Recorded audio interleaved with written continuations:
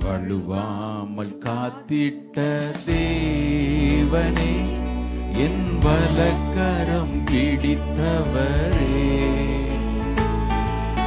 வல்லடிக்கெல்லாம் விலக்கி என்னை வாழ்ந்திடச் செய்தவரே, ஆயிரம் நாவிருந்தாலும் நன்றி சொல்லி தீராதே, வாழ்நாளெல்லாம் உம்மை பாட வார்த்தைகளும் போதாதே, ஆயிரம் நாவிருந்தாலும் நன்றி சொல்லி தீராதே, வாழ்நாளெல்லாம் உம்மை பாட வார்த்தைகளும் போதாதே, நான் உள்ளளவும் துதிப்பேன் உன்னதர் இயேசுவே, நான் உள்ளளவும் துதிப்பேன் உன்னதர் இயேசுவே, வழுவாமல் காத்திட்ட தேவனே, என் வலக்கரம் பிடித்தவரே, வல்லடிக்கெல்லாம் விலக்கி என்னை வாழ்ந்திடச் செய்தவரே, ஆயிரம் நாவிருந்தாலும் நன்றி சொல்லி தீராதே, வாழ்நாளெல்லாம் உம்மை பாட வார்த்தைகளும் போதாதே, ஆயிரம் நாவிருந்தாலும் நன்றி சொல்லி தீராதே, இயேசுவே, வாழ்நாளெல்லாம் உம்மை பாட வார்த்தைகளும் போதாதே, நான் உள்ளளவும் துதிப்பேன் உன்னதர் இயேசுவே, நான் உள்ளளவும் துதிப்பேன் உன்னதர் இயேசுவே. லூக்கா 1வது அதிகாரம் 37வது வசனம். Look chapter 1 verse 37. எல்லாரும் எடுங்க. தேவனாலே கூடாத காரியம் ஒன்றுமில்லை என்றான். கிருபையுள்ள நல்ல ஆண்டவரே, உம்மை நன்றியோடு துதிக்கிறோம், உம்மை ஸ்தோத்தரிக்கிறோம். நீர் நல்லவர், உம்முடைய கிருபை என்றும் உள்ளது. நாளிலே எங்கள் நடுவில் நீர் பெரியவராய் இருக்கிறீர், அதற்காய் மகிமை செலுத்துகிறோம். எங்களை அர்ப்பணிக்கிறோம். இந்த வசனத்தை கொண்டு கர்த்தர் எங்களோடு கூட பேசுவீராக. எல்லா இடையூறுகளையும் இடைஞ்சல்களும் நாங்கள் கடிந்து கொள்கிறோம். எங்கள் தேவனை நாங்கள் பெரியவராக பார்க்க எங்களுடைய மனக்கண்களை கர்த்தர் அந்த நாளிலே திறப்பீராக. புல் உலரும் பூ உதிரும் ஐயா, உம்முடைய வசனமோ என்றென்றைக்கு நிலைத்திருக்குமே. எங்களுடைய இருதயங்களில் அவைகள் ஆழ பதியட்டும். ஆண்டவரே, உமக்கு நன்றி ஐயா. ஆவியினால இன்றைக்கு அவைகள் எங்கள் இருதய பலகைகளில் எழுதப்படட்டும். ஸ்தோத்திரம், ஸ்தோத்திரம், ஸ்தோத்திரம். உம்முடைய பிள்ளைகள் கொடுத்த காணிக்கையும் கர்த்தர் நீர் அங்கீகரித்திருக்கிறீர், ஆசீர்வதிப்பீராக. அறிக்கையிட்டதின்படி அவர்கள் மீதியான துணிக்கையில் எடுக்க செய்யும். துதி கனமகிமையெல்லாம் ஒருவருக்கு எடுக்கிறோம். மீட்பர் இயேசுவின் நாமத்தில் எங்களை தாழ்த்தி ஜெபிக்கிறோம் நல்ல பிதாவே, ஆமென். உட்காரும். கர்த்தருடைய பரிசுத்த நாமத்திற்கு மகிமை உண்டாவதாக. இன்றைக்கு ஆராதனை முடிந்தவுடன் நமக்கு திருவிருந்து உண்டு. ஸோ கர்த்தருடைய சமூகத்திலே நம்மை முழுவதுமாக அர்ப்பணித்து காணப்படுவோம். தேவன் நமக்கு கிருபைகளை தருவாராக. இன்றைக்கு தேவ செய்திக்கு நான் கொடுக்க விரும்புகிற தலைப்பு, தேவனாலே எல்லாம் கூடும். For with God all things are possible. ரொம்ப பழக்கப்பட்ட, நம்ம எல்லாருக்கும் ரொம்ப பரிச்சயமான ஒரு வசனம் இது. நம்முடைய தேவன் எவ்வளவு பெரியவர் என்பதை அறிந்து கொள்ள வேண்டிய அவசியம் ஒவ்வொருவருக்குமே உண்டு. அதை கண்டிப்பாக அறிந்திருக்கணும். தானியேல் கூட தன்னுடைய தீர்க்க தரிசன புத்தகத்தை முடிக்கும் பொழுது அப்படித்தான் சொல்லுகிறான். ஜனங்கள் அங்குமிங்கும் ஓடி ஆராய்வார்கள், அறிவும் பெருகி போகும், தங்கள் தேவனை அறிந்தவர்கள் திடன் கொண்டு அதற்கு ஏற்றபடி செய்வார்கள். கடைசி நாட்களில் வாழக்கூடிய நமக்கு நம்முடைய தேவன் யார் என்பதை குறித்த அறிவு இருக்கணும். தேவனை அறிகிற அறிவு நமக்குள்ள இருந்தால் தான், அல்லது தேவனை அறிய வேண்டிய விதத்தில் நம்ம அறிந்திருந்தால் மாத்திரம்தான் எல்லா சூழ்நிலைகளும் மேலே வர முடியும். நீங்களும் நானும் தேவனுடைய பிள்ளைகள் என்பதற்காக பிரச்சனைகளிலிருந்து ஒரு நாளும் தப்பி போக போகிறதே இல்லை. அதனால தான் சகோதரி சாட்சி சொன்னது போல, ஒரு நாள் ஆண்டவர் நீ அக்னிக்குள்ள போக மாட்டேன்னு சொல்லவே இல்லை, தண்ணீரை கடக்க மாட்டேன்னு சொல்லலை, ஆறுகளை கடக்க மாட்டேன்னு சொல்லவே இல்லை. நீ தண்ணீரை கடக்க தான் செய்வ, நீ ஆறுகளை கடக்கத்தான் செய்வ, நீ அக்னியில நடக்கத்தான் செய்வ. ஆனால் அவர் மாறாதவரை இருக்கிறதுனால தண்ணீர் என் மேலே பொருளாது, ஆறும் பொருளாது, அக்னியும் என்ன பட்சிக்காது, நான் மூழ்கி போக மாட்டேன். கரங்களுக்கு சத்தம் அலையிலே சொல்லுவோமா? பிரச்சனைகள் நிறைந்த உலகத்துல தான் ஆண்டவர் நம்மளை வச்சிருக்கிறார் பாருங்க. நான் வாழக்கூடிய இந்த உலகம் ஆண்டவர் ஒன்றும் நம்ம இந்த உலகத்துல வேறு பிரித்திருக்கிறார் என்பதற்காக தனியே ஒரு சேஃப் ஜோன்ல உள்ள கொண்டு போய் வச்சிருக்கிறார் நினைக்க கூடாது. ஆண்டவர் தம்முடைய ஜெபத்தை ஏறெடுக்கும் பொழுது அதான் சொல்றாரு, நீர் இந்த உலகத்திலிருந்து அவர்களை எடுத்துக்கொள்ளும்படி நான் வேண்டிக் கொள்ளாமல் இந்த உலகத்திலே வச்சு நீர் அவர்களை பாதுகாத்துக் கொள்ளும் அப்படின்னு சொல்லிட்டு வேண்டார். பிதாவை நோக்கி ஒரு ஆசாரியனாக அவர் அந்த விண்ணப்பத்தை ஏறெடுக்கும் பொழுது அவர் அதை தான் சொல்றார். யோவான் 17வது அதிகாரத்துல நல்லா கவனிங்க. இந்த உலகத்துல நம்ம வாழ்றோம், எல்லாமே சில நேரத்தில் இருட்டாயிருது. ஆனால் ஒன்று மாத்திரம் நமக்கு தெரிஞ்சிருக்கணும், நான் ஆராதிக்கிற அல்லது என்னை மீட்டெடுத்த என்னுடைய ஆண்டவர் எப்படிப்பட்டவர் என்ற உணர்வு எப்பொழுதுமே இருக்கணும். எப்பொழுது ஒரு மனிதன் தன்னுடைய தேவ பிள்ளை என்று தைரியமாக மாறுதட்டி கொள்ள முடியும் அப்படின்னா, நான் தேவனை அறிந்திருக்கிறேன் என்று எந்த மனிதன் சொல்லுகிறானோ அவன் மாத்திரம்தான். நான் சொல்றது அவன்னு சொல்லும் பொழுது ஆணா இருந்தாலும் சரி, பெண்ணா இருந்தாலும் சரி, என் ஆண்டவர் யாருன்னு எனக்கு தெரியுங்க, அந்த நிச்சயம் இருக்கிற மாத்திரம்தான் நான் தேவனுடைய பிள்ளை என்று மாறுதட்டி கொள்ள முடியும், மாறுதட்டி கொள்ள வேண்டும். நான் நேற்று கொஞ்ச நேரம் அப்படி உட்காந்து ஆண்டவர் குறித்து அப்படி யோசிச்சுட்டு இருக்கும் பொழுது, நான் எவ்வளவு பெரிய பாக்கியம் பெற்றவனா இருக்கிறேன், நாம் எவ்வளவு பெரிய பாக்கியம் உள்ளவர்களாக இருக்கிறோம் அப்படின்னு யோசிச்சுட்டு இருக்கும் பொழுது, இந்த உலகத்துல மற்ற ஜனங்களுடைய நம்பிக்கை எப்படி இருக்குன்னு சொல்லி அப்படி யோசிச்சுக்கிட்டே இருந்தேன். நிறைய காரியங்கள் சொல்லணும். நம்ம நாட்டுக்குள்ள வந்தனா பிரச்சனை வந்துடும். நான் வெளியே இந்திய தேசத்தை விட்டுட்டு மற்ற ஜனங்களுக்கு, அன்றைக்கு இருந்த ஜனங்களுக்கு எப்படிப்பட்ட நம்பிக்கை இருந்துச்சு அப்படின்னு பார்த்தீங்கன்னா, அவர்கள் எதையெல்லாம் கடவுளாக கொண்டாடினாங்க அப்படின்னு பார்க்கும் பொழுது ரொம்ப ரொம்ப வேடிக்கையா இருக்குது. என்னடா இந்த மனுஷன் கொஞ்சம் கூட யோசிக்கவே மாட்டானா? உதாரணத்திற்கு ஓடன் அப்படின்னு சொல்லிட்டு ஒரு கடவுள், ஓடன். அந்த கடவுளுக்கு ஒரு கண்ணு கிடையாது. சொல்றவங்களுக்கு புரியுதா? அந்த கடவுளுக்கு ஒரு கண்ணு கிடையாது. ஹாதர் அப்படின்னு ஒரு கடவுள், அந்த கடவுள் அதுக்கு ரெண்டு கண்ணுமே கிடையாது. கடவுள் மறுபடியும் நான் சொல்றேன். அடுத்தது எமிகேனியா, கிரேக்க கடவுள் எமிகேனியா. அந்த கடவுளுக்கு அந்த வார்த்தையினுடைய அர்த்தம் என்ன தெரியுமா? நான் திக்கச்சோலா நிக்கிறேன்னு அர்த்தம். கடவுள் அப்பா நிராதவரா நிக்கிறேன்பா, எமிகேனியா. எர்ஜியா அப்படின்னு சொல்லிட்டு ஒரு கடவுள், அந்த கடவுள் சோம்பேறி, எர்ஜியா. இன்னொரு கடவுள் இருக்குது ஓய்சிஸ் அப்படின்னு சொல்லிட்டு, கிரேக்க கடவுள். அதனுடைய ரோமன் நேம் வந்து மிசரியா. அதுல இருந்தா மிசரி என்ற பெயரே வந்துச்சு, இங்கிலீஷ் வேர்டு. ரொம்ப பரிதாபமான கடவுள் அது. இது சொன்னா நிறைய சொல்லிட்டே இருக்கலாம். இந்தியாவுக்குள்ள வந்தா நம்ம எல்லாருக்குமே தெரியும், எப்பா கணக்கே கிடையாது, அது வேறு. பாருங்க, இதெல்லாம் கடவுளர்கள் என்று சொல்லப்படுவர்கள் நிறைய ஜனங்க நம்பிக்கிட்டு தான் இருந்தாங்க. ஆனா நீங்களும் நான் ஆராதிக்கிறது தெரியுமா அந்த ஆண்டவர், அவர் ஒரு நாளும் ஐயோ எனக்கு கண்ணு இல்லையே, கொஞ்சம் பலவீனப்பட்டிருக்கிறேனே, அல்லது என்னால் இதை செய்ய முடியாது, நான் கொஞ்சம் யோசிக்கிறேன், அல்லது நான் ரொம்ப நிராதரவா நிற்கிறேன், ஹெல்ப்லெஸ்ஸா நிற்கிறேன், ஒரு நாளும் அவர் சொல்ல போகிறதே இல்லை. நம்ம அன்னைக்கு வாசிச்சோம்ல, அவர் ஒரு நாளும் சோர்ந்து போகிறதே இல்லை. கரங்கள் ஒருத்தர் வேலையில சொல்லுவோமா? நல்லா கவனிங்க.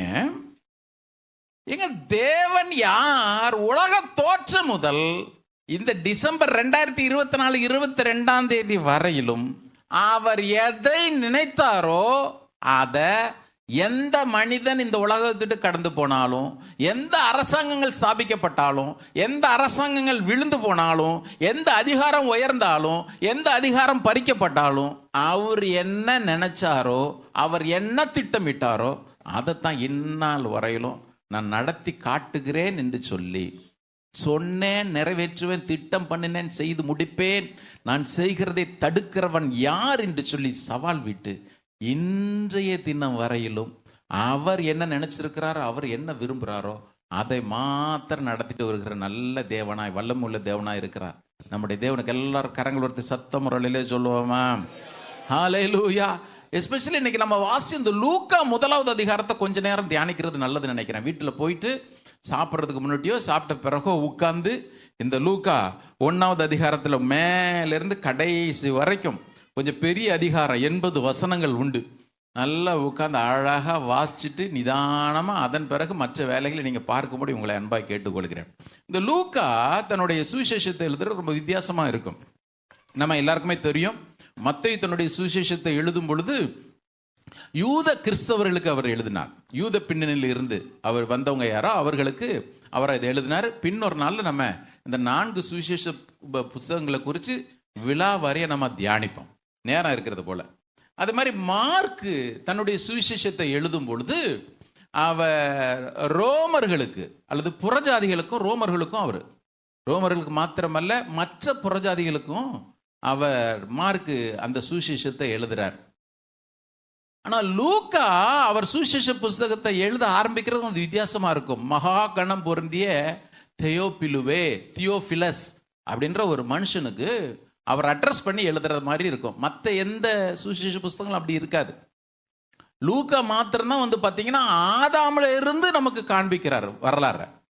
மத்தேயு எழுதும் பொழுது வெறுமனே ஆபிரகாம், ஏன்னா யூதர்களுக்கு ஆபிரகாம் ரொம்ப முக்கியம், அதனால ஆபிரகாம் எங்களுக்கு தகப்பன் சொன்னதுனால ஆபிரகாம்ல இருந்து வம்ச வரலாறு காட்டுறாரு. ஆனால் லூக்கா எழுதும் பொழுது ஆதாமில் இருந்தே வம்ச வரலாறு அவர் அழகா கொண்டு வந்து காட்டுறார். இதெல்லாம் வேதத்தை வாசிக்கும் பொழுது நான் ஏன் இதெல்லாம் சொல்றேன் அப்படின்னா, ஒரு தேவ பிள்ளை நான் விசுவாசிக்கிற சுவிசேஷம் எவ்வளவு உறுதியானது, எவ்வளவு நிச்சயமானது, அது கட்டுக்கதை இல்லைன்றதை நம்ம ஒவ்வொருவரும் அவ்வளோ போல்டா அறிஞ்சிருக்கணும், நிச்சயத்தோடு அறிஞ்சிருக்க வேண்டும் என்பதற்காக நான் இந்த காரியங்கள்லாம் சொல்றேன். கரங்குடுத்துறையில சொல்லுவோமா?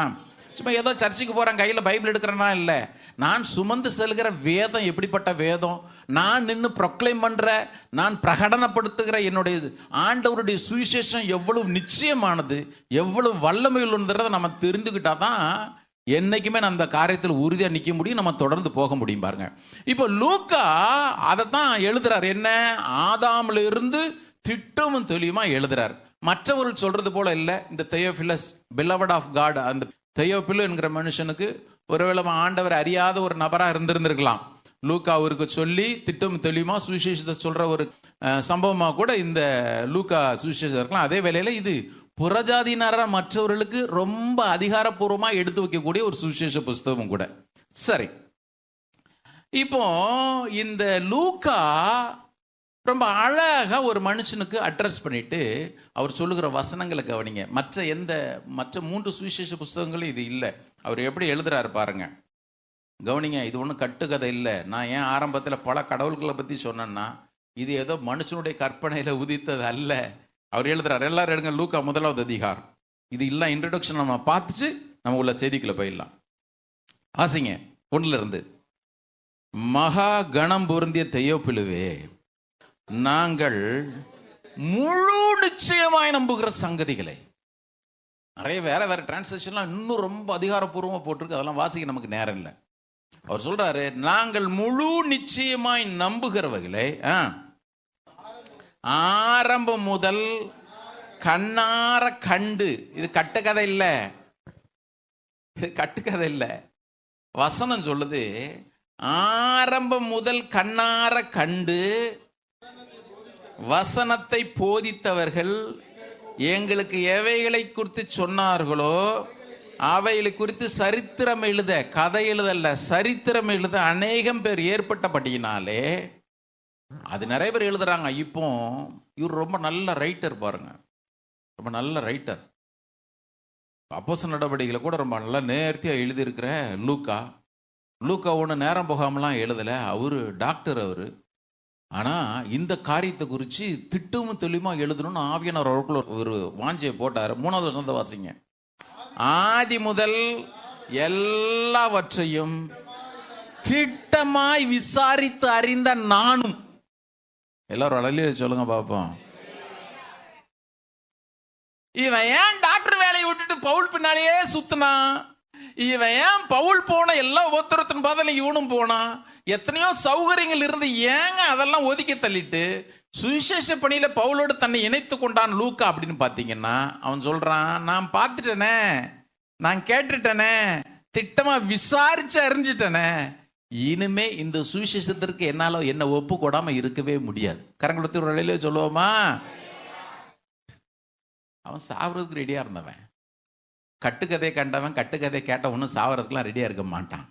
அவன் எழுதுறான் பாருங்க, ஆதி முதல் எல்லாவற்றையும் திட்டமாய் விசாரித்து அறிந்த நானும் உமக்கு உபதேசிக்கப்பட்ட விசேஷங்களின் நிச்சயத்தை, சர்டன்டின்னு போட்டிருக்குது, நிச்சயத்தை நீர் அறிய வேண்டும் என்று அவைகளை ஒழுங்காய் உமக்கு எழுதுவது எனக்கு நலமாய் தோன்றிற்று. இப்படிதான் அவர் தொடங்குறார்.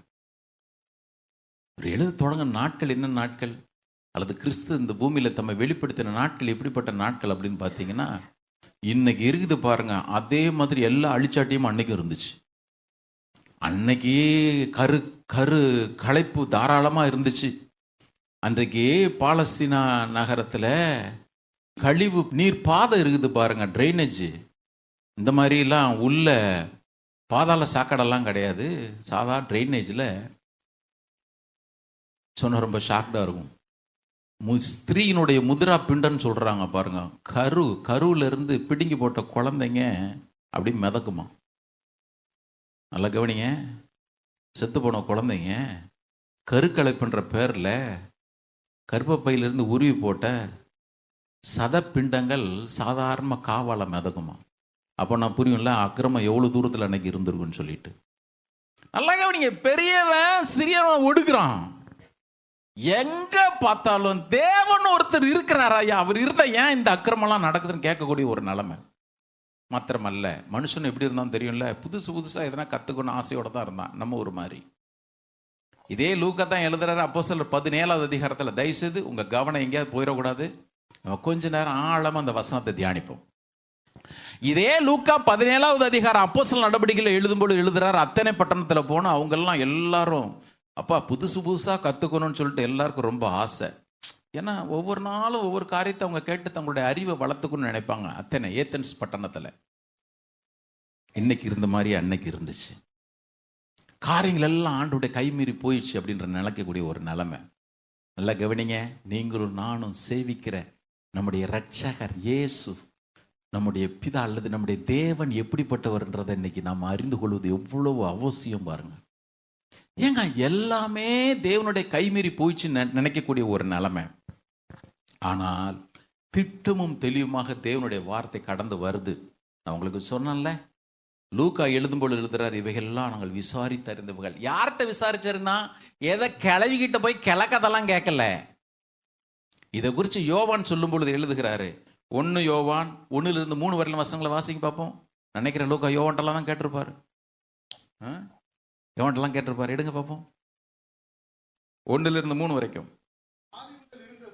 1 யோவான் 1வது அதிகாரம். ஆதி முதல் இருந்தது. எல்லாரும் வாசிக்கலாம் பார்ப்போம்.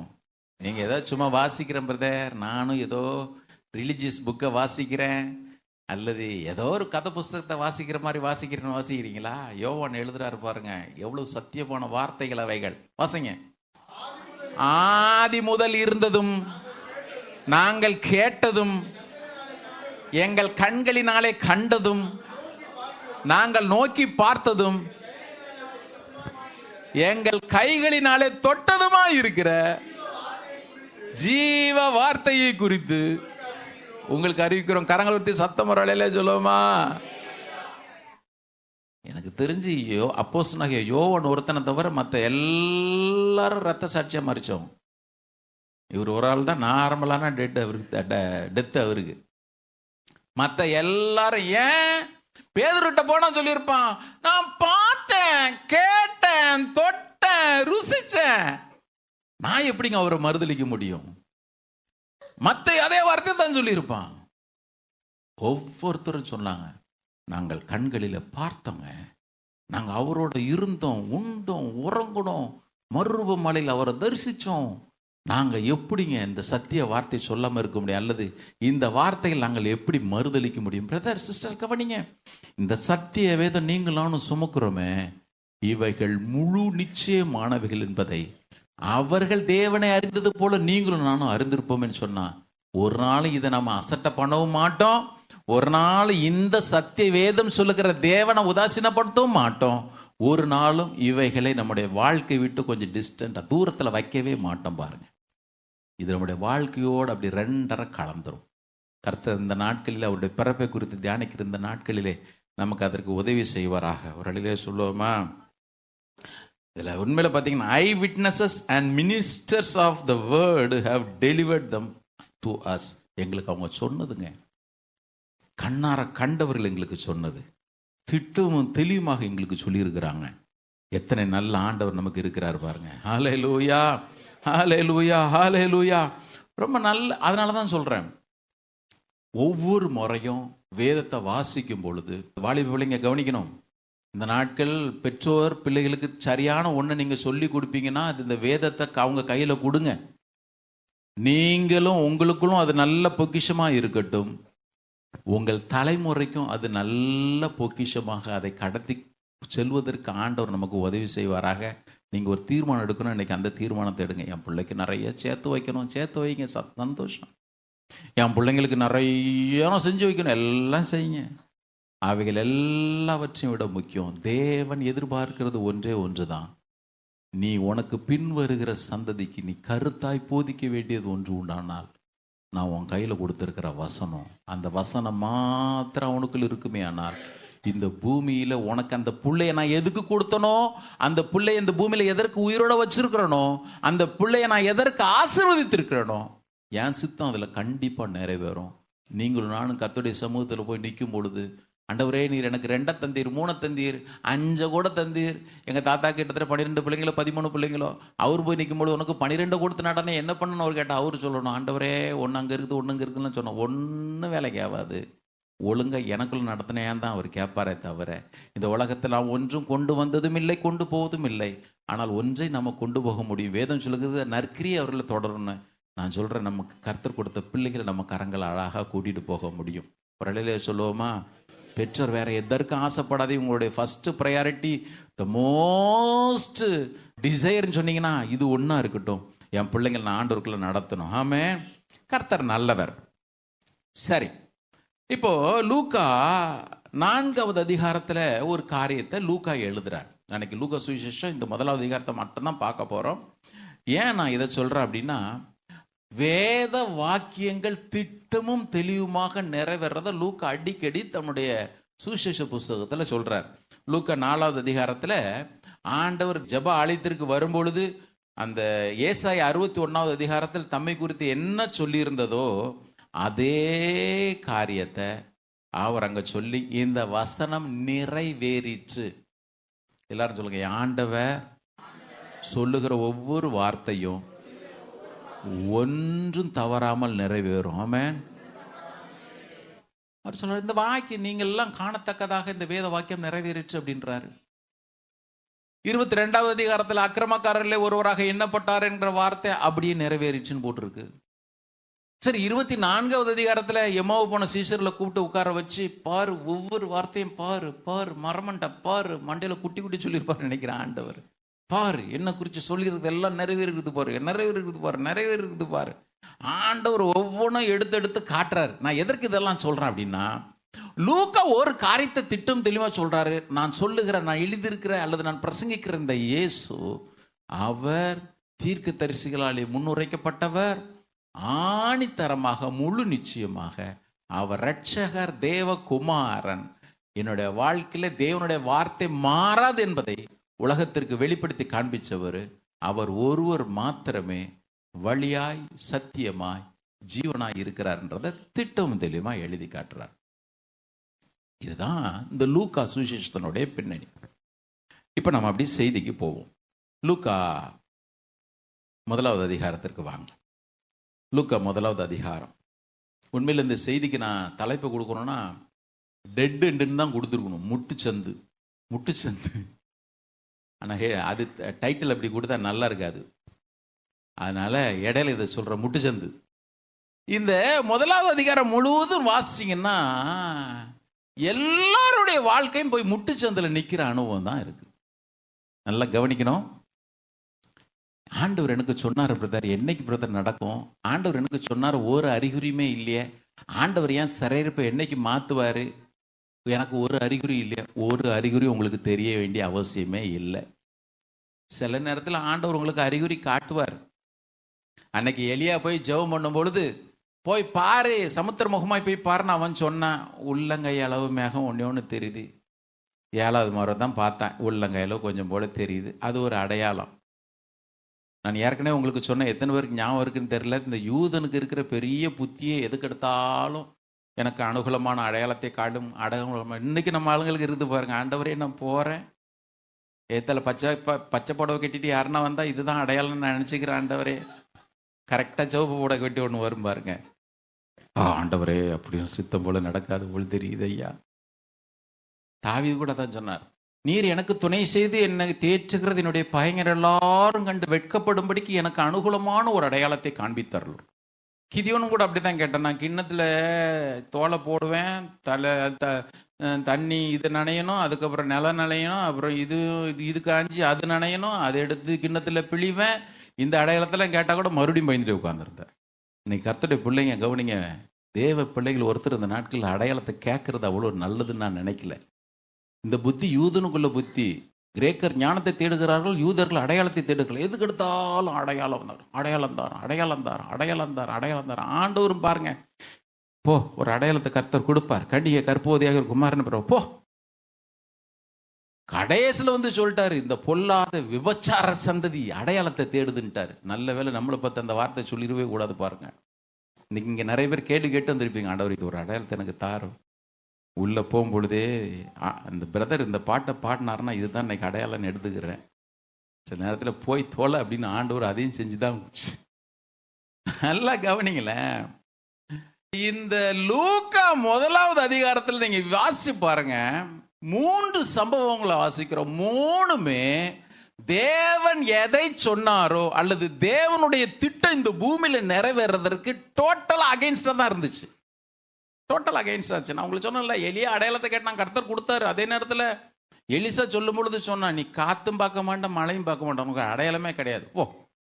ஆனால் பள்ளத்தாக்கெல்லாம் நீர் நல்லா நிரம்பும். ஆண்டவர் எதையும் செய்ய வல்லவராக இருக்கிறார். ஒரு சொல்லுவோமா? ஆமென். ஆமாம், ஆண்டவர் நீங்கள் அடையாளத்தை கேட்ட அடையாளத்தை கொடுக்கலன்னு உடனே ஆண்டவரே என்னை கைவிட்டீர்லாம் ஒரு நாள் நினைக்காதீங்க. சில பேருக்கு அப்படித்தான். இப்படி பைபிளில் இப்படி இந்த நூல் எடுத்து இப்படி சர்றன்னு போடுறது. இன்னைக்கு காலைல கூட போட்டிங்களா? உண்மையை சொல்லுங்க. அப்படியே பைபிள் எடுத்து சர்ற நூல் போடுறது. அப்பா கர்த்தர் இன்னைக்கு பேசிட்டார் பாரு. அது எப்பவுமே எடுத்து 23ஆம் சங்கீதத்தை வாசிச்சு கரெக்டாக பைபிள் அந்த இடத்துல அப்படி பொழந்து நிற்கும். கரெக்டாக நூல் அதில் போய் நிற்கும். எப்படியோ போங்க. சரி. இப்போ இந்த லூக்கா 1வது அதிகாரத்துல சம்பவம் தியோபிலஸுக்கு அவர் இந்த அறிமுகமா 4 வசனத்தை சொல்லிட்டு 5வது வசனம் எப்படி தொடங்குது பாருங்க. 5வது வசனமே லூக்கா ஒரு குண்டை போட்டுட்டு தான் தொடங்குறாரு. வாசிங்க. யூதேயா தேசத்தின் ராஜாவாகிய ஏரோதனுடைய நாட்கள். First dead end. தேவனுடைய திட்டத்திற்கு ஃபர்ஸ்ட் டெட் எண்டு. என்ன ஏங்க, யாரு ராஜாவா இருக்கணும்?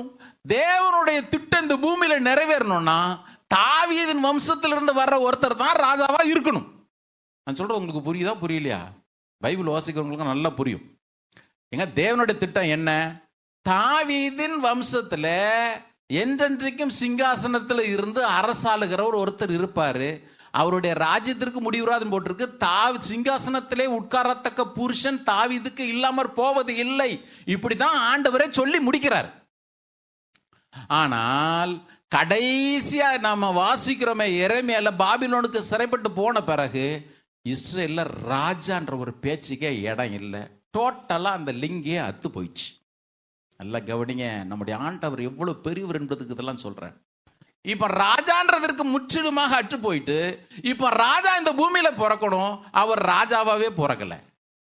ராஜாவினுடைய தன்மையோட தான் அவர் வெளிப்படுறாரு. யூதருக்கு ராஜாவாக பிறந்திருக்கிறவர் எங்கேன்னு தான் கிழக்குல இருந்து வந்த சாஸ்திரிகள் எல்லாம் கேட்டாங்க. ஆனால் லிட்ரலா எழுத்தின்படியே பார்த்தீங்கன்னா, ஏரோது என்கிற ஒரு மனுஷன், இவன் தாவீதினுடைய வம்சத்துல சேர்ந்தவனா? அதுவும் கிடையாது. சரி, தாவீதை போல கொஞ்சம் நல்லவனான்னு பார்த்தா இருக்கிறதுல கேடுகட்டவன் இவன். தன்னுடைய பதவிக்காக எவரையும் கொலை செய்யறதற்கு ரெடியாக இருந்தவன். சரி, மொத்தத்தையும் ஆண்டானா அப்படின்னு பார்த்தீங்கன்னா அப்படிப்பட்ட ராஜாவும் கிடையாது. நீங்க சொல்றது போல ஏரோது ராஜான்னு போட்டிருந்தே தவிர, அவன் ரோமர்களுக்கு அப்படி ஒரு அடிவருடியா தான் இருந்தானே தவிர, தனியா அவனுக்குன்னு எந்த ராஜாங்கமும் கிடையாது. ஒரு டெரிட்டோரியல் கிங், அவ்வளவுதான். இந்த பகுதிக்கு நீ கவர்னரா இரு அப்படின்னு நம்ம ஊர்ல கவர்னர் கூட பதவி, உனக்கு ஒரு அதிகாரமும் கிடையாதுன்னு சொல்றாங்க பாருங்க, அந்த மாதிரி. ஆனா அவன் துன்மார்க்கத்துல ரொம்ப ஈடுபட்டு இருந்தவன். தாவீதை போல எந்த தன்மையுமே கிடையாதுங்க. தேவாலயத்தை ஆண்டவருக்கு கட்டினா அது வேறு. அவன் கட்டினதனுடைய நோக்கம் ஏதோ ஆண்டவர் மேல வச்ச அன்புனாலெல்லாம் கட்டல. என் பேர் பிரஸ்தாபத்துக்காக நான் இதை கட்டுவேன். ரொம்ப பியூட்டிஃபுல்லான ஒரு கட்டட அதிசயம் அன்னைக்கு கட்டப்பட்டிருந்த தேவாலயம். யார்? ஏரோதுனுடைய நாட்கள்ல. இது எல்லாத்தையும் அவன் செஞ்சிட்டான். ஆனால் தேவன் யார் ராஜாவாக இருக்கணும்னு சொன்னாரோ அவ இந்த சீசன்ல ராஜாவாக இல்லை. இப்ப உங்களுக்கு புரியும் நினைக்கிறேன். முதலாவது தேவனுடைய திட்டத்திற்கு முதலாவது முட்டுக்கட்டை அல்லது முதலாவது முட்டுச்சந்து. தாவீதினுடைய வம்சத்திலிருந்து ஒருத்தன் ராஜாவா இருந்தா தானங்க வார்த்தை நிறைவேறும். இப்ப எப்படிங்க ராஜாவா பிறந்திருக்கிறாருன்னு சொல்றீங்க? இவன்ட்ட ராஜான்னு சொன்னாலே இந்த ஏறது தலையை விட்டிருவான்னு எனக்கு நல்லா தெரியும். இப்ப போய் எப்படிங்க தேவன் தம்முடைய திட்டத்தை நிறைவேற்ற முடியும்? நான் ஒன்று சொல்றேன், தேவனுடைய திட்டம் இந்த பூமியில நிறைவேறுவதற்கு எந்த அரசியலும் அவரை தடை செய்ய முடியாது. வயது முதிர் மூப்பு எதுவுமே தடை செய்ய முடியாது.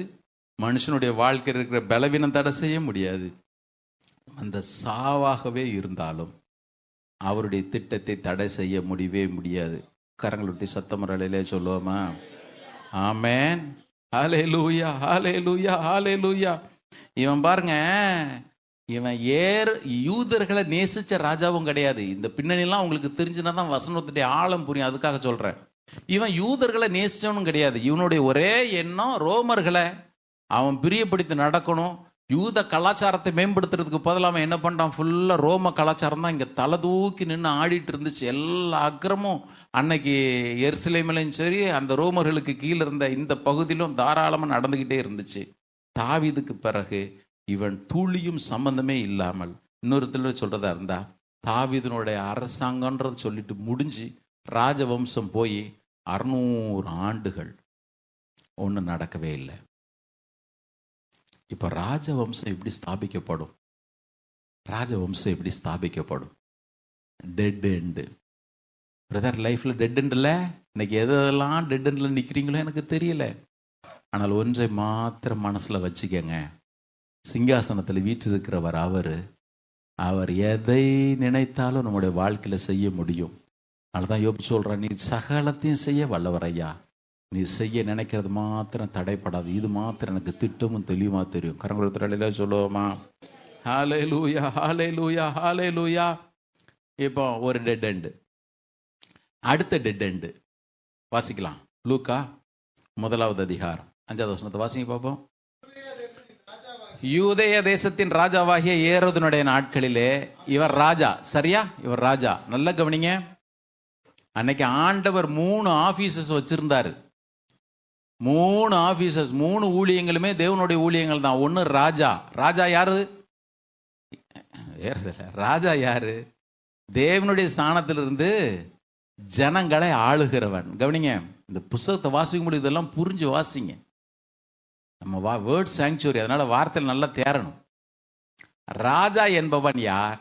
தேவனுடைய ஸ்தானத்திலிருந்து ஜனங்களை ஆளுகிறவன். 2வது, தீர்க்கதரிசி என்பவன் யார்? தேவனுடைய சார்பிலே ஜனங்களிடத்துல பேசுகிறவன். ஆசாரியன் என்பவன் யார்? ஜனங்கள் சார்பிலே தேவனிடத்துல பேசுகிறவன். இந்த 3 ஊழியங்களையும் ஆண்டவர் அன்னைக்கு வச்சிருந்தாரு. இதுல ஒரு சிலர் மாத்திரம்தான் அந்த 3 ஊழியங்களுமே செய்தவர்கள். ஒரு சிலர் மாத்திரம்தான் அந்த 3 ஊழியங்களை செய்தார்கள். சாமுவேல் அந்த ஊழியத்தை செஞ்சான். ஏன் அப்படின்னா அவன் நியாயம் விசாரிக்கிற ராஜா வேலையும் செஞ்சான், அவன் தீர்க்கதரிசியாக இருந்தான், அவன் தேவனுக்கு பலியிடவும் செஞ்சான். சவுலுக்கு அது கிடையவே கிடையாது. சவுல் தீர்க்க தரிசனம் கூட சொன்னான். சவுலும் தீர்க்க தரிசிகள் ஒருவனோ, சவுல் தீர்க்க தரிசனம் கூட சொன்னது உண்டு, அவன் ராஜாவா இருந்தது உண்டு. ஆனால் ஆசாரியனா அவன் பலி செலுத்தின உடனே போச்சு அவனுடைய கதை. ஆனால் தாவீது மூன்றையுமே செய்தவனா இருந்தான். 3 ஆபீஸுமே அவனுக்கு இருந்துச்சு.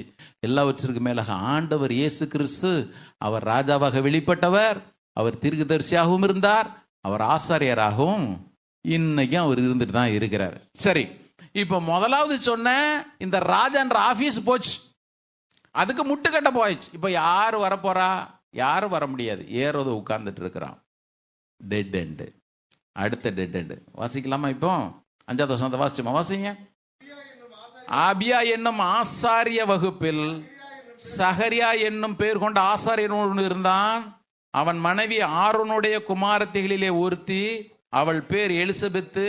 அவர்கள் இருவரும் கர்த்தரிட்ட சகல கற்பனைகளின்படியேயும் நியமங்களின்படியேயும் குற்றமற்றவர்களாய் நடந்து தேவனுக்கு முன்பாக நீதியுள்ளவர்களாய் இருந்தார்கள்.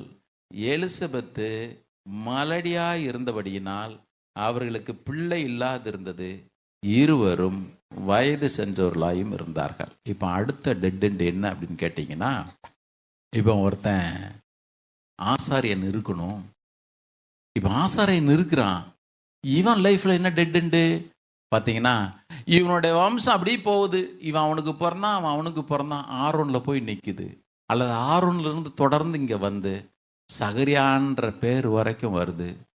சகரியா உன் ஊழியன்மை தொடருமான்னு பார்த்தீங்கன்னா அவன் சொல்கிறான், முற்றுப்புள்ளி வச்சாச்சுப்பா. ஏன்? என் வயசு 40 இருந்தால் ஒரு நம்பிக்கை இருந்திருக்கும், என் வயசு 50 இருந்தால் கூட நம்பிக்கை இருந்திருக்கும். எழுதியிருக்கிறார் எங்க ஆண்டவர். 7வது வசனத்தை வாசிங்க.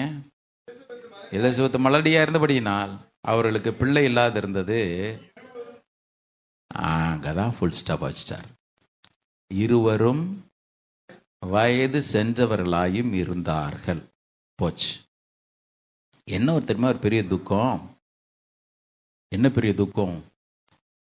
ஒவ்வொரு முறையும் சகரியா போகும்பொழுது நினைச்சிட்டே இருந்திருப்பான், என் ஊழியம் இதோட முற்றுப்புள்ளி வச்சாச்சு, என் ஊழியம் இதோட என் ஊழியம் முடிஞ்சுது, என் ஊழியம் முடிஞ்சுது. பிரதர் கவனிங்க, சிஸ்டர் கவனிங்க, நான் ஒருவேளை ஊழியத்தை பற்றி பேசுகிறேன். நீங்கள் நினைப்பீங்க, என் புள்ள இப்படி இருந்தால் இது இப்படி இருந்திருக்குமே, இதோட முடிஞ்சிச்சே, ஒன்றும் நடக்க போகிறது இல்லையே, இதோட ஃபுல் ஸ்டாப் வச்சுறேனே, முடிஞ்சிச்சே. எதை குறித்து நினச்சிட்டு இருந்தாலும் இன்றைக்கி நான் உங்களுக்கு சொல்கிறேன், மனுஷரால் இவைகள் கூடாதவைகள் தான், தேவனால எல்லாம் கூடும். அதை மாத்திரம் இருதயத்தில் எழுதிக்கிங்க. ஆமென், ஆமென், ஆமென், ஆமென். எவ்வளோ நல்லவர் பாருங்க ஆண்டவர். நேற்று நான் இதை உட்காந்து யோசிச்சுட்டு இருக்கும் பொழுதெல்லாம் யோசிச்சு, ஆண்டவரே எங்கள் வாழ்க்கையில் நிறைய நேரத்தில் நாங்கள் ஒரு முடிவு கட்டி மூட்டை கட்டி ஓரத்தில் போட்டுடுறோம்.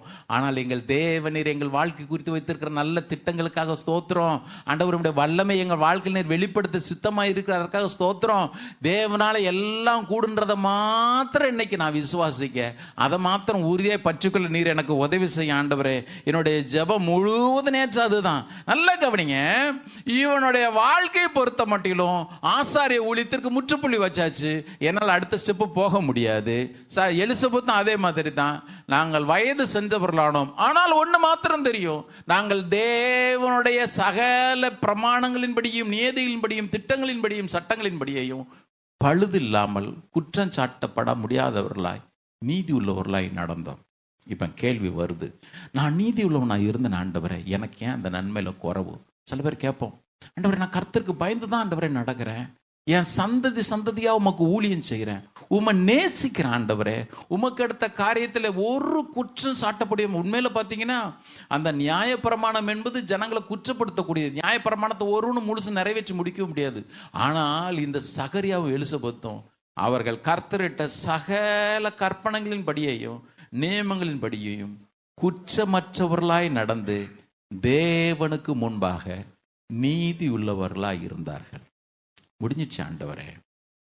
உங்களுக்கும் ஆண்டவர் ஒரு பதிலை வச்சிருக்கிறார் பாருங்க, உங்களுக்கும் ஆண்டவர் ஒரு பதிலை வச்சிருக்கிறார். ஹல்லேலூயா. ஒரு அல்லேலூயா சொல்லுங்க பாப்போம். இப்ப தீர்க்கதரிசி பிறக்கணும், தீர்க்கதரிசி பிறக்கல. ஏன் பிறக்கல? வசனம் சொல்லுது அவர்களுக்கு பிள்ளை இல்லை, அதற்கான வாய்ப்புகள் கடந்து போச்சு. நல்லா கவனிங்க. ராஜாவுக்கும் டெட் எண்டு, தீர்க்கதரிசிக்கு டெட் எண்டு, ஆசாரியனுக்கும் டெட் எண்டு. இப்போதான் தேவன் தம்முடைய கரத்தை வெளிப்படுத்தி காண்பிக்கிறார். ஒரு அலையில சொல்லுவோமா? நான் அந்த வசனங்களை வேகமாக உங்களுக்கு சொல்லிட்டு நம்ம ஜெபம் பண்ணி முடிப்போம்.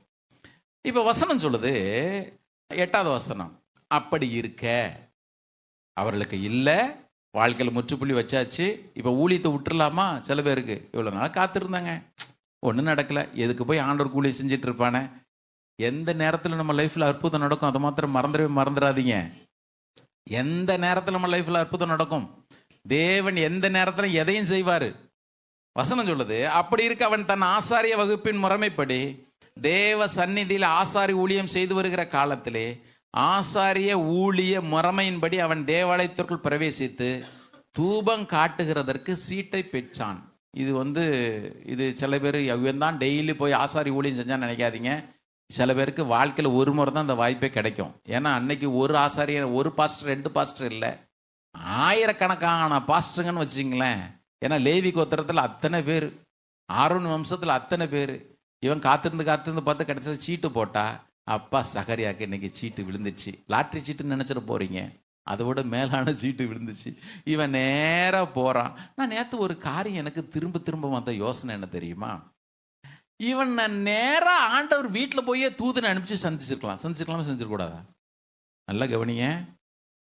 நேற்று ரட்சிக்கப்பட்டு வந்திருப்பாங்க பாருங்க, ஆண்டவர் டைரக்டா போய் பேசிடுவார்.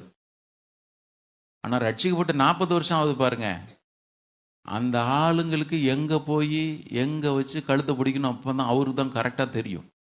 நேற்று ரட்சிக்கப்பட்டவங்களும் வந்து சாட்சி சொல்லுவாங்க, கர்த்தர் எனக்கு அற்புதம் செஞ்சார். நாம் உட்காந்து பார்த்துக்கிட்டே இருப்போம். ஆண்டவரே ஒன்றும் நடந்த பாடு இல்லையே. நான் யோசிக்கிறேன், நேர மரியாளுடைய வீட்டுக்கே காபிரியல் தூதன் போனானா. காபிரியல் தூதன் போய் கிருபை பெற்றவளே வாழ்க்கை எல்லாத்தையும் விஷ் பண்ணிட்டு வந்தாச்சு. ஆனால் அந்த சகரியாவுக்கு பாருங்க, அவன் சீட்டு வாங்குற வரைக்கும் காத்திருந்து, வசனம் சொல்லுது, அவன் போய் தூபம் காட்டுகிற பொழுது அப்போதான் வந்து நின்று, நான் காபிரியல் என்கிற தூதன். எனக்கு தெரிஞ்சு தானியல் 9வது அதிகாரத்துக்கு அப்புறம் இப்போதான் தானியல் காபிரியல் தூதனை வெளியே தலை காட்டுறான். இது வரைக்கும் சைலண்ட் ஆண்டவர் இருந்துட்டாரு. மீட்பரை குறித்து சொன்ன தீர்க்க தரிசனம் இப்போதான் நிறைவேற போகுது. இவ்வளோ பெரிய கேப்புக்கு பிறகு இப்போ காபிரியல் தூதன் வெளியே வந்து நிற்கிறான். வசனம் சொல்லுது, இவன் பார்த்த உடனே அப்படி ஒரே திகில். எனக்கு என்ன ஒரு குழப்பம் அப்படின்னா, சில நேரத்தில் அற்புதம் வரும்பொழுது கூட நமக்கு திகிலாக இருக்கும் தெரியுமா? நீங்கள் நினைப்பீங்க, ஐயோ பயந்து நடுங்குறோம் பிரதர். நிறைய இடத்துல சுவிசேஷ புஸ்தகங்கள் நீங்கள் வாசின்னு வச்சிங்க, ஆண்டவர் அற்புதம் செய்யணும் வருவார், கடல் மேலே நடந்தவன் தான் இவன் சொல்லுவான், ஐயோ ஆவேசம். இங்கே இவனுக்கு ஒரு அற்புதம் செய்யறதுக்கே தூதன் வர்றான். அவன் என்ன தோற்றத்தில் இருந்தால் நமக்கு தெரியாது. 11ஆம் வசனத்தை வாசிக்க பார்ப்போம். அப்பொழுது கர்த்தருடைய தூதன் ஒருவன் தூபபீடத்தின் வலது பக்கத்திலே நின்று அவனுக்கு தரிசனமானான். தூதன் அவனை நோக்கி, சகரியாவே பயப்படாதே, வேண்டுதல் கேட்கப்பட்டது, மனைவி எலிசபெத்து உனக்கு ஒரு குமாரனை பெறுவாள், அவனுக்கு யோவான் என்று முடிஞ்சு போச்சுப்பா. வேண்டுதல் கேட்கப்பட்டுச்சுப்பா.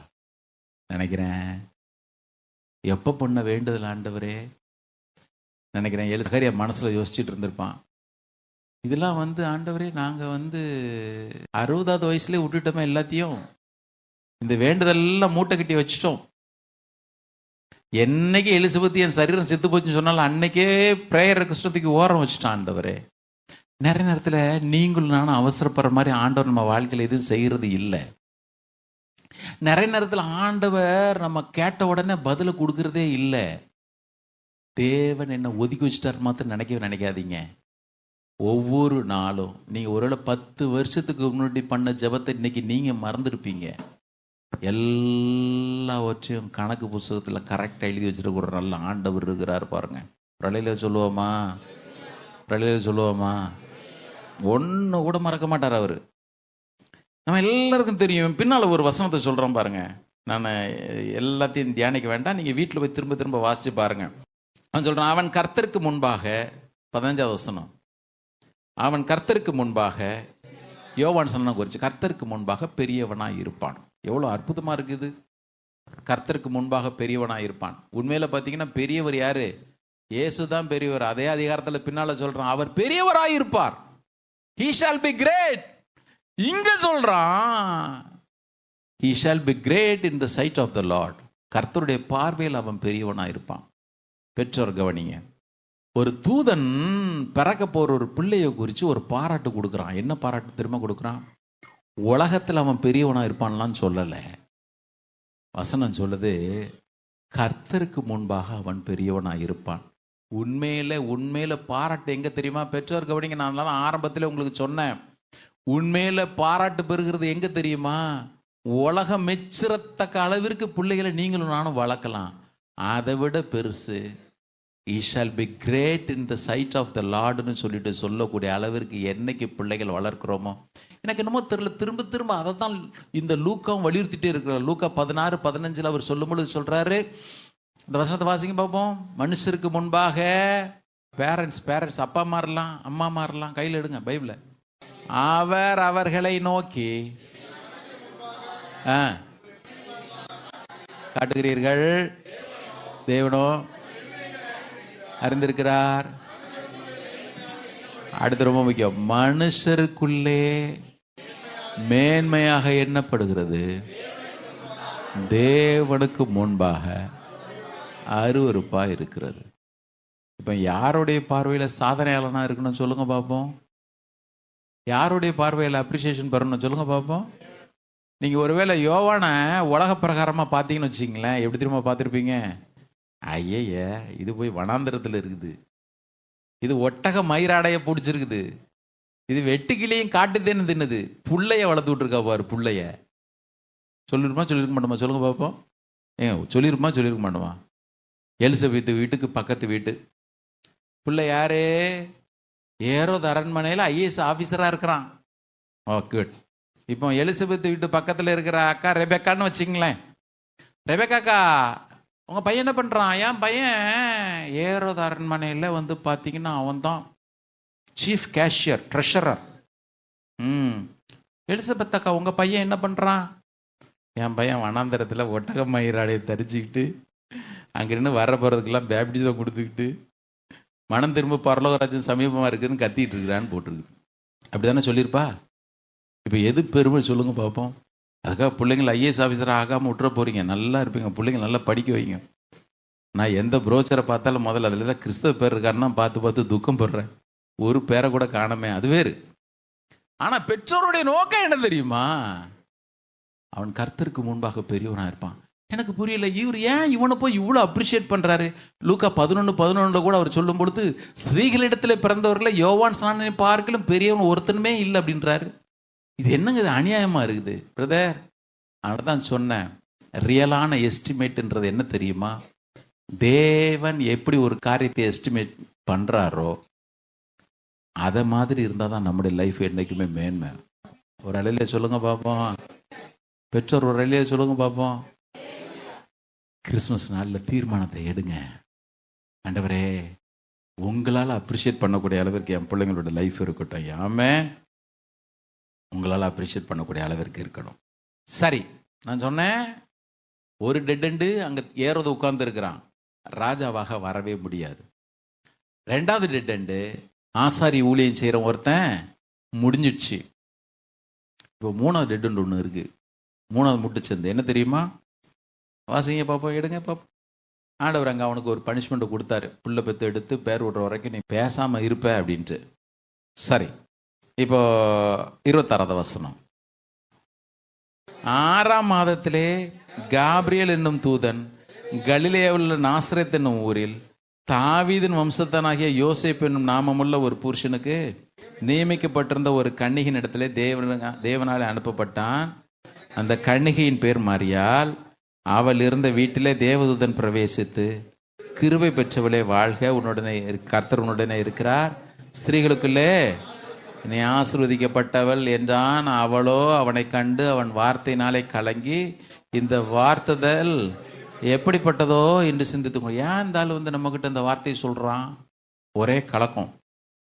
நம்ம ஒன்றும் சர்ச்சுக்கும் போல, அங்கேயும் போல, வீட்டில் உட்காந்து வேலை பார்த்துட்டு இருக்கிறோம். இந்த நேரத்தில் வந்துட்டு கிருபை பெற்றவளே வாழ்க. ஏன்னா இவளுக்கு எப்பவுமே ஒரு டவுட் என்னன்னு கேட்டிங்கன்னா, மேசியா பிறப்பார் எங்கே இருப்பான்னா எருசலேமில் இருந்த கன்னிகள்கிட்ட தான் பிறப்பார் அவர். அவளுக்கு தீர்க்க தரிசனம் தெரியும்.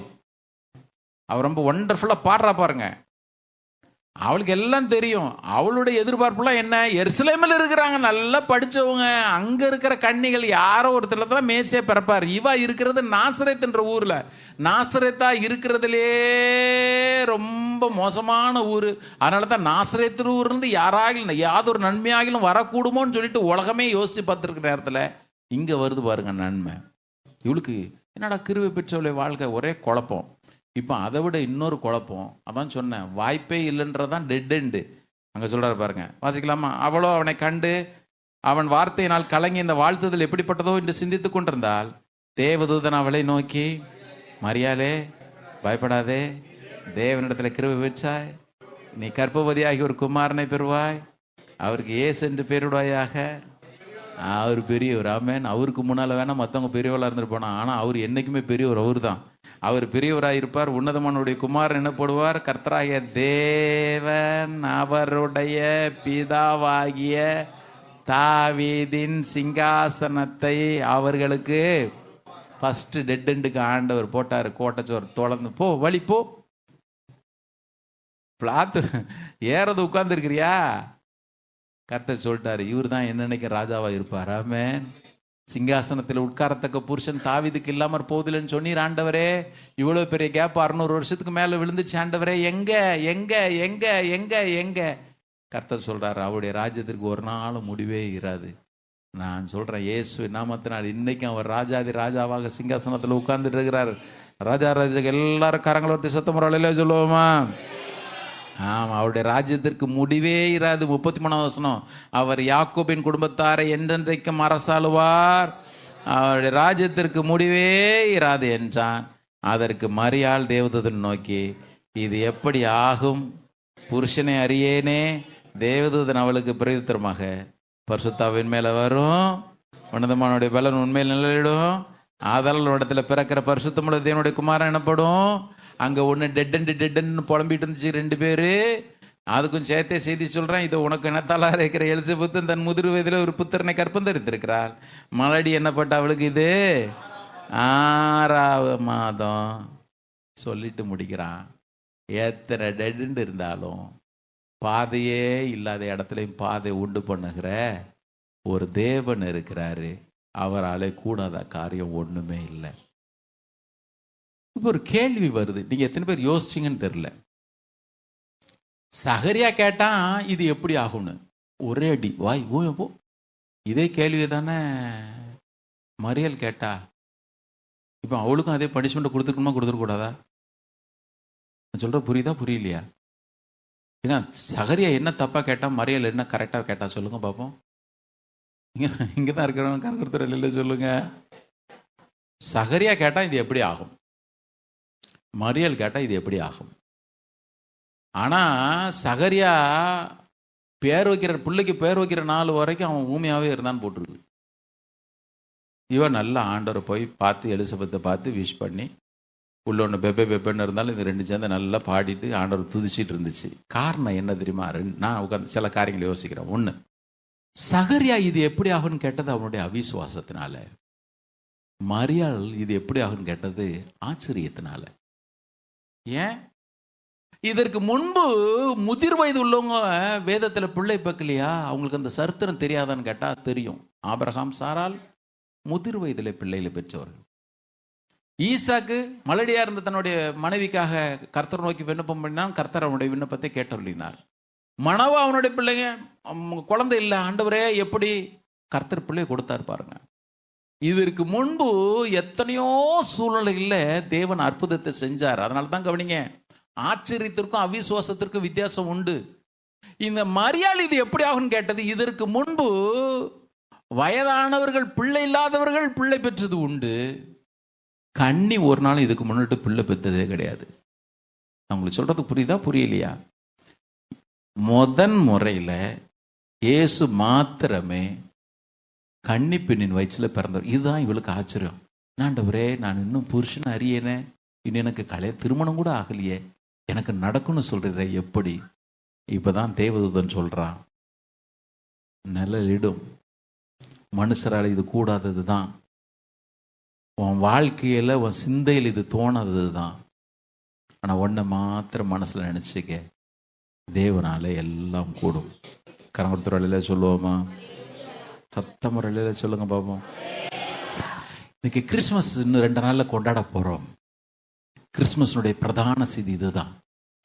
எங்க தேவனுடைய மீட்பின் திட்டம் நடக்கவே நடக்காதுன்னு சொல்லிட்டு உலகம் நினைச்சிட்டு இருந்துச்சோ, அல்லது இனிமேல் ராஜான்னு ஒருத்தர் அவர் ராஜாவாக வரவே முடியாது, வேற ஒருத்தர் அதிகாரத்தில் இருக்கிறான், அல்லது என்னுடைய ஆசாரி ஊழியத்தை தொடர்வதற்கு வாய்ப்பே இல்லைன்னு ஒருத்தன் நினைச்சிட்டு இருக்கிறான், அல்லது மேய்ப்பருடைய ரட்சகருடைய வழியை ஆயத்தப்படுத்துறதற்கு ஒரு தீர்க்கதரிசி வருவதற்கு வாய்ப்பே இல்லை நினைக்கும் பொழுது, எதெல்லாம் டெட் எண்டோ ஆண்டவர் அங்கெல்லாம் புதிய ஒரு வாசலை திறந்தாரு பாருங்க.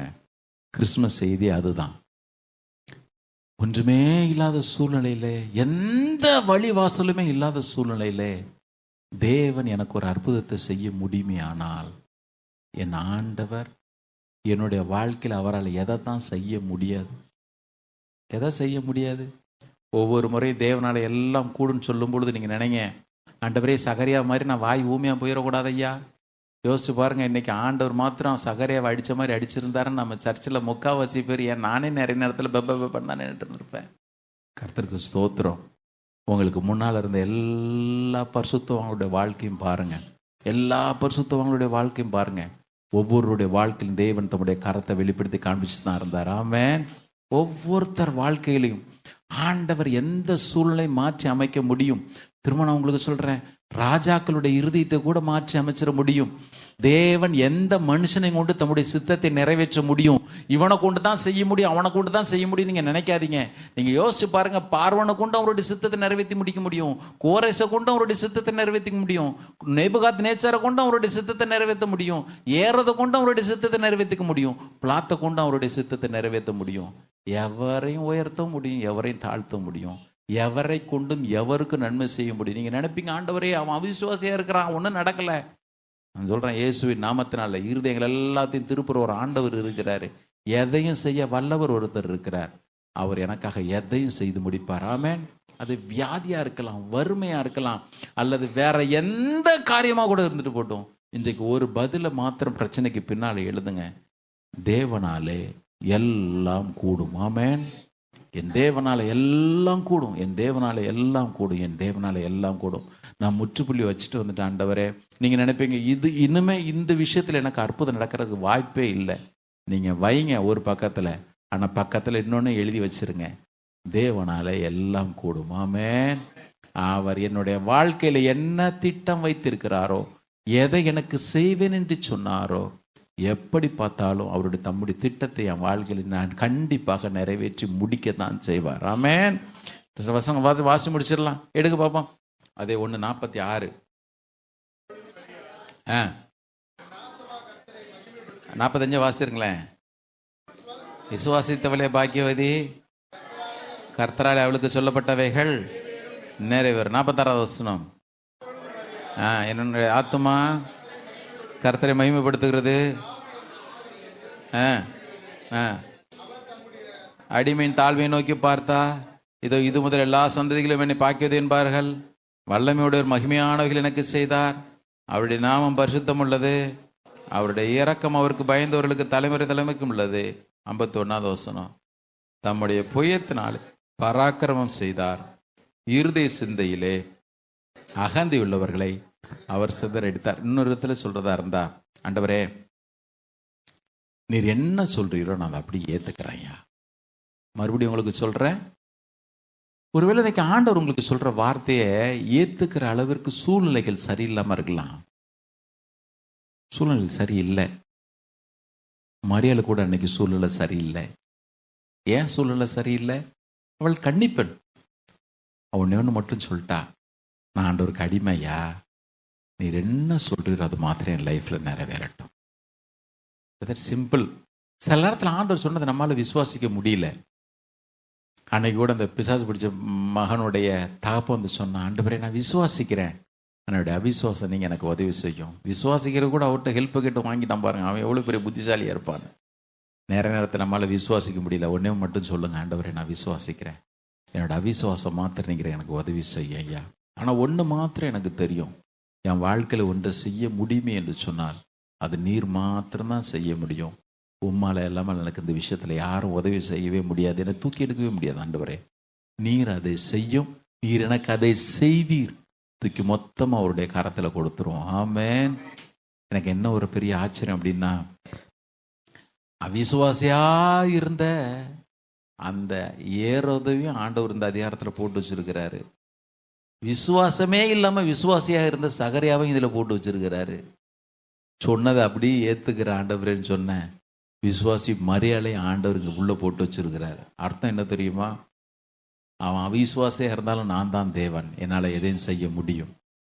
நீ விசுவாசிக்கவே இல்லை, விசுவாசத்துல தடுமாறனா கூட நான் தான் தேவன், எனக்கு எதையும் செய்ய முடியும். நீ விசுவாசிச்சால் உனக்கு நான் தேவன், உனக்கு நான் எதையும் செய்ய முடியும். ஆமென்.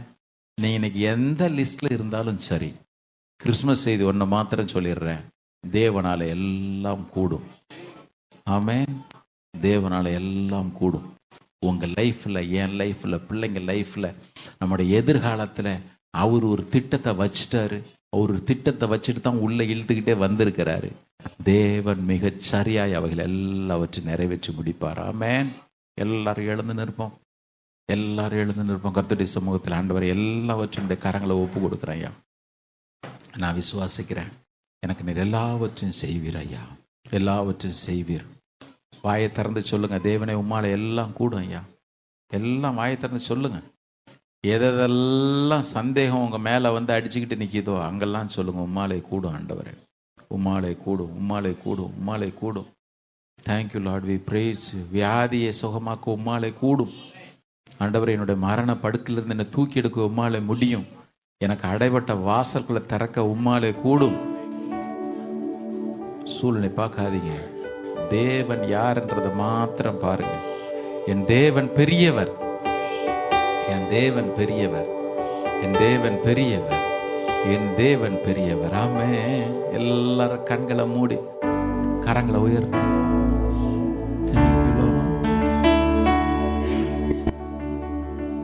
தேவன் பெரியவர், என் தேவன் வல்லவர், என் தேவன் பெரியவர்,